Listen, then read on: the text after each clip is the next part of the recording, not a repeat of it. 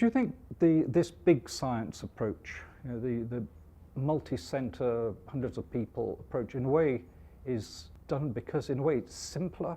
You simply say, we're going to do an analysis of we're going to do some big approach like ENCODE, or we do some big approach like the Human Genome Project.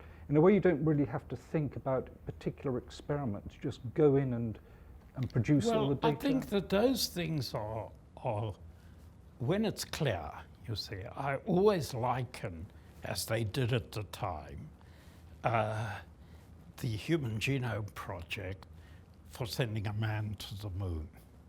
And I always thought that was an apt relation. In fact, it was a huge technical accomplishment, sending a man to the moon. And of course, they were all estimated to cost about the same, about $3 billion, as I recall at the time. You see, but it's apt in the following way, because sending a man to the moon is easy. It's bringing him back that creates all the difficulties. And that's the thing. So I view the human genome as stranded on a moon somewhere. We knew right from the start that the interpretation of the sequence would be the important thing. And in fact, several years ago, I realized that nobody knew anything about the human genome sequence except a bunch of computers. So there's no reason to believe that if you sequence people with cardiac disease, you're going to find a whole lot of mutations. And I think one of the interesting things is the following.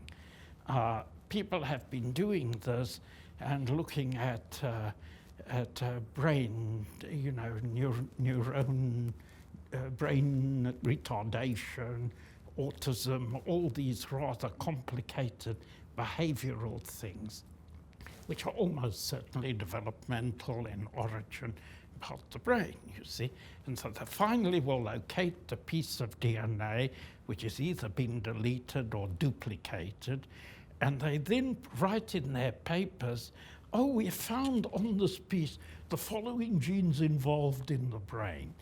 But half the genes are involved in the brain, you know. So likely wherever you land. So there's no way we can at the moment implicate any causality. And I think that this is now just a total waste of time. You'll find people, sometimes we find clusters. There are things we have to explain, but they're not in the current way of talking about genomes. So I believe that that we should still allow people to look at these genomes and analyze them very carefully to see if we can do this reconstruction as a part. Of course, it's completely valueless information until it'll prove to be valuable.